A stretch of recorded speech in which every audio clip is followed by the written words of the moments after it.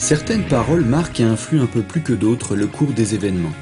C'est peut-être ce qui s'est passé en ce matin printanier de 2008, quand monsieur le maire de Beuvrecan, commune d'un peu plus de 400 habitants, s'entendit dire qu'un projet d'urbanisation durable, maîtrisé et innovant n'était pas du ressort d'un petit maire rural.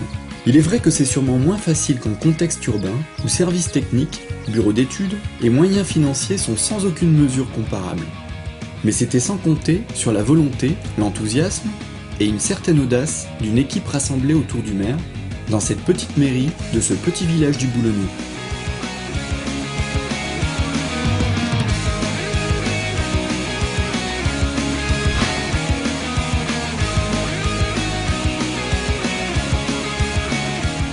La commune de Beuvrecan a connu un développement du bâti tel que l'on retrouve dans beaucoup de communes en France. Un centre ancien organisé autour de la mairie et de l'église, quelques hameaux à vocation agricole ponctuent le territoire. La photo aérienne de 1947 illustre cette organisation spatiale résultant d'une logique liée à la fonction du territoire. Puis peu à peu, le bâti s'est développé, égrené le long des voiries, c'est ce que l'on pourrait qualifier d'urbanisation d'opportunité. Ce développement linéaire n'est pas sans conséquences en termes économiques, environnementaux et ne favorise pas le lien social entre les habitants. Face à ce constat, la commune a souhaité repenser et orienter le développement d'une urbanisation à proximité immédiate du centre-bourg, en créant des liens entre l'ancien et les nouvelles constructions.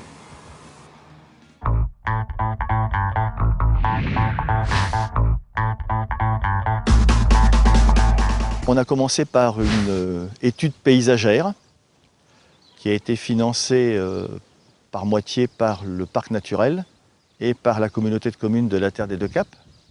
Cette étude paysagère nous a permis de déterminer des espaces où il était souhaitable de continuer à construire et des espaces où il valait mieux éviter de construire.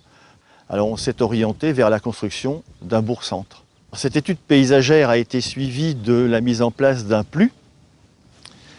Et là, on a constitué un groupe de travail composé de plusieurs personnes, donc d'abord d'élus bien sûr, mais aussi de la DDTM, du Parc naturel, Boulogne Développement Côte d'Opale, qui nous ont beaucoup aidés. À la suite de ça, on est parti sur un projet de requalification villageoise, c'est-à-dire qu'on s'est mis à étudier vraiment cette zone constructible qui avait été réservée, mais qui ne nous appartenait pas. Donc on a utilisé les services de l'établissement public foncier pour faire l'acquisition de tout l'ensemble qui est là. Quand ce projet a été au point, on est allé jusqu'au parcellaire. On a décidé de faire de ce quartier qu'on a dénommé le Courtil de l'Église un quartier de très haute qualité environnementale, avec aussi de grandes exigences sur les constructions, puisqu'on a décidé de ne pas signer un permis qui ne serait pas présenté comme étant une construction BBC. Grâce au parc naturel, mais aussi grâce au groupe de travail qui était composé, on s'est mis à avoir de plus en plus d'exigences. Et c'est comme ça qu'on en est arrivé à la réalisation de ce projet aujourd'hui. C'est un projet de vie.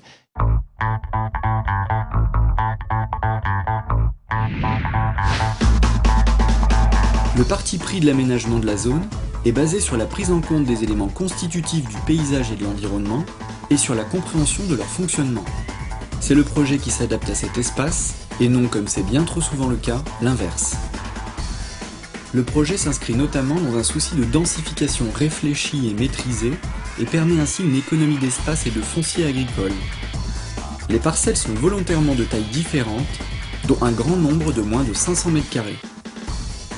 Un autre objectif de ce projet d'aménagement de la zone sera de proposer une mixité sociale et générationnelle en accueillant des logements mis en location par le bailleur social SIA et d'autres en accession à la propriété. Des espaces de vie et des circulations douces seront créés afin de favoriser le lien social. La place de la voiture sera minimisée. Toutes les constructions seront à basse consommation énergétique. Les contraintes architecturales sont faibles, mais un architecte conseil est à la disposition des accédants afin d'assurer la cohérence architecturale de l'ensemble.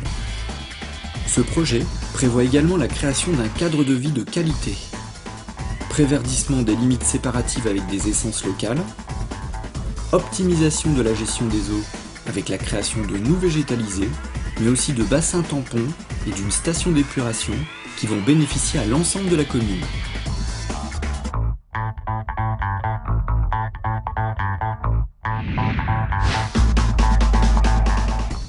Alors je connais mes futurs voisins parce qu'en fait la mairie a organisé des réunions, même avant qu'on soit propriétaire de notre parcelle. Et ce qui a permis en effet de nous connaître et de créer des liens et également de nous organiser par exemple pour des achats groupés de différents équipements. On souhaite que les gens se sentent bien à l'intérieur et qu'on n'ait pas, je dirais, une cité dortoir qui vienne se greffer à Beuvrecan. On veut vraiment que ce soit un espace de vie et que vous puissiez vivre ensemble, pourquoi pas créer une association après. Il faudra que vous preniez le village en main et que vous apportiez de la vie. D'accord, bon. Vaste chantier alors. C'est un vaste chantier, ouais.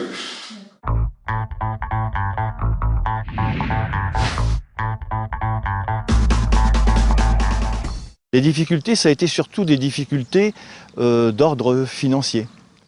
Il a fallu solliciter beaucoup de subventions, une dotation globale d'équipement. On a sollicité aussi l'aide du conseil régional. Notre plus gros investisseur, c'est l'agence de l'eau. Le sentiment qui se dégage de notre projet, c'est qu'il nous faut beaucoup de patience, beaucoup d'exigences vis-à-vis de tous les constructeurs, vis-à-vis des promoteurs, vis-à-vis des bailleurs sociaux qu'on a pu rencontrer. Le cahier des charges, le règlement qu'on a mis en place doit être respecté totalement. Il n'était pas question pour nous, et je pense que dans n'importe quelle commune on peut avoir cette exigence-là, de laisser un promoteur dénaturer ou modifier le projet qu'on avait fait. Et même dans une petite commune, on peut le faire.